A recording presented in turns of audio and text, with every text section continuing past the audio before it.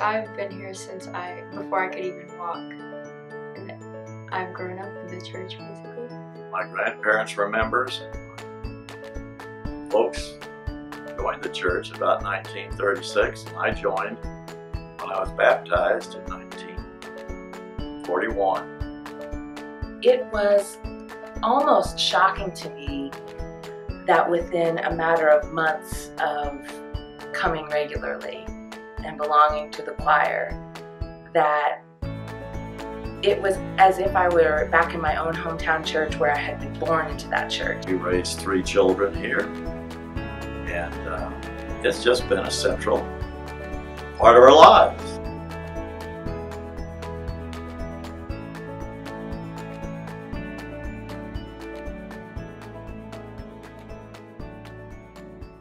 Yeah, so we moved, we had pretty short notice, but we moved overseas to Sydney, Australia. Once we finally kind of got settled, we thought to ourselves, do we find another church here locally, or what, what do we do to stay connected to our faith? And we kind of came to the conclusion that we should, take advantage of the online sermons that we're still, that Glenn had posted every week. And so we actually kind of had this Sunday morning tradition where we'd, make a big breakfast, and then we'd all sit around our table and just listen. So many times I sit in church and I think if every person in the whole world could just have heard what we heard and really feel, for real, that they didn't need to fear and they were enough and that they were loved. If every person could hear that, if not every day, every week, I feel like the entire world would be different.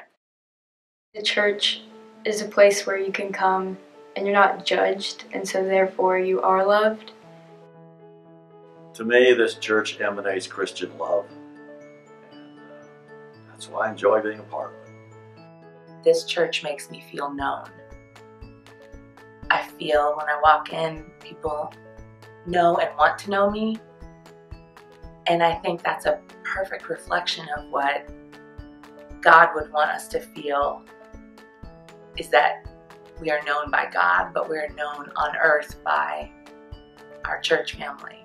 You make friends with people that you wouldn't expect to make friends with. I've made friends with little kids, and I've made friends with old kids, and I've made friends with adults and parents and people that I normally would have no interaction with, that I get to have interactions with and learn from them and hear their stories. But the first time that we had the opportunity to serve communion to others in the service, it was very simple, but it was also fairly profound for both of us. We both kind of came home that day feeling the same way, of just the simple act of participating in the service in that way and serving other people was a very humbling experience.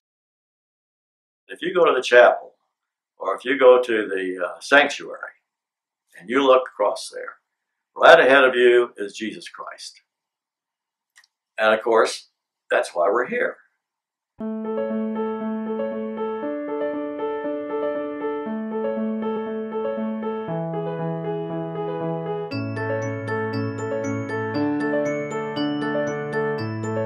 You know how when you sit and you watch a movie, and at the end of the movie, if it is profound in some way, you kind of just sit there and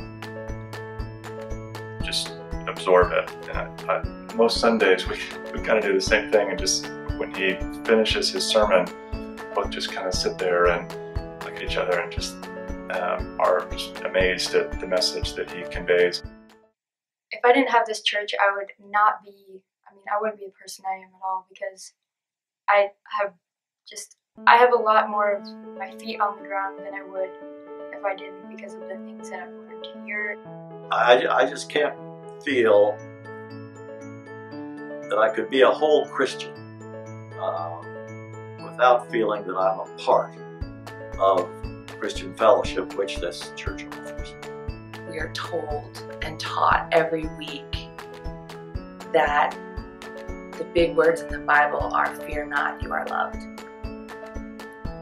It's hard to drive by the church at night and not be just Stunning. blown away by the beauty of it. But I would say that the real beauty of the church is what happens on the inside.